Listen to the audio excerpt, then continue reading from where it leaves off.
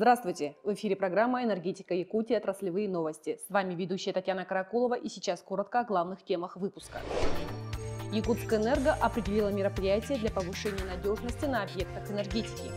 Контакт-центр поможет клиентам Якутскэнерго. На все вопросы можно получить квалифицированный ответ. Чекурдасские энергетики лучшие на все индигирки. В Омском районе прошел тональный конкурс «Саха-Энерго». Глава Якутии Айсен Николаев определил основные мероприятия, которые необходимо провести для повышения надежности на объектах энергетики. Этому было посвящено совещание, прошедшее с участием членов правительства, прокуратуры, руководителей отраслевых ведомств и Ростехнадзора. Среди требующих решения текущих вопросов глава Якутии назвал большую задолженность потребителей, а также отсутствие механизма контроля за наличием у физических лиц резервных источников питания. Кабмину также необходимо оказывать содействие при реализации крупных проектов и утверждении инвестпрограмм. Нами разработана комплексная программа повышения надежности электросетевого комплекса. Она рассчитана на период до 2028 года.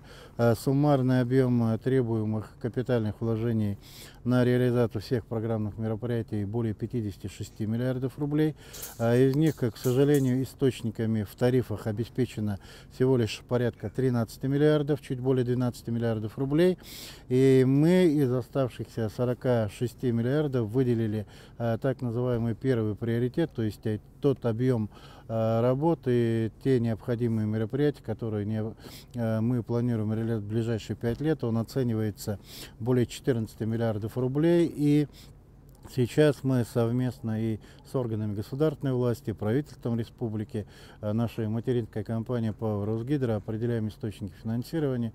И эти мероприятия начнут реализовываться уже начиная с 2023 года. Специалисты центральных электрических сетей приступили к осмотру воздушных линий электропередачи класса 0,4 кВт. Это делается для того, чтобы своевременно выявить возможные неисправности и актуализировать информацию о действующих подключениях абонентов. Первое – это актуализация номерной схемы. То есть идем, осматриваем линии, где у нас были когда-то тут замены проводов, то есть голый насип меняли. Также смотрим дефекты опоры, не загнила ли она. Если на опорах какие-то, точнее на проводах какой-нибудь наброс, то есть кажа.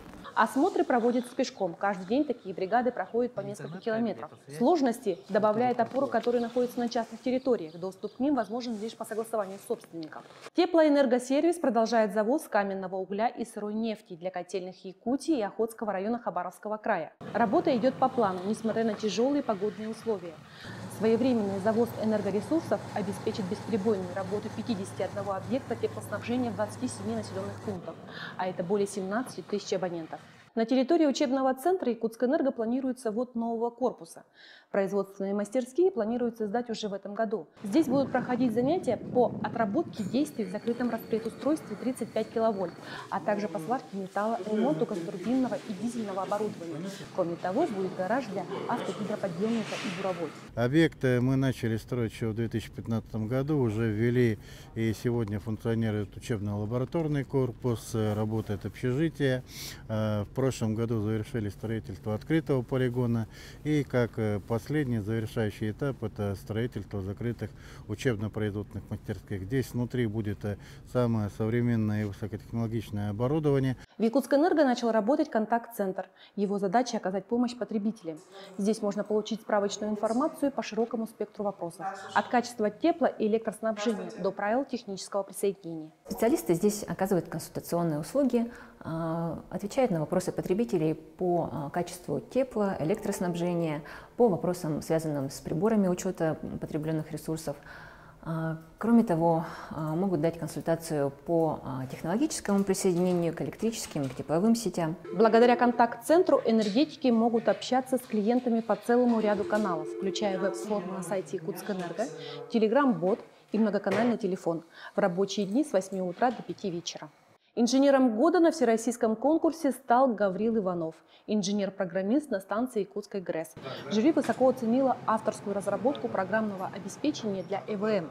Действующая программа была дополнена новыми функциями, которые существенно облегчают работу операторов. Программное обеспечение я написал для большей степени для себя, чтобы облегчить свою работу. Она используется для анализа переходных процессов на ГТУ LM6000, которые стоят у нас.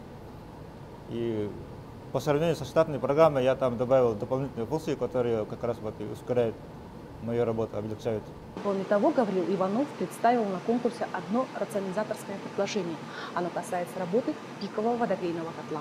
Сахаэнерго провело очередной зональный конкурс профессионального мастерства. В этом году он прошел в Момском районе, куда были приглашены представители соседних филиалов, находящихся вдоль Индигирки. Энергетики показали свои теоретические знания и практические навыки, а также состязались в спортивных дисциплинах. Репортаж Дмитрия Макарова.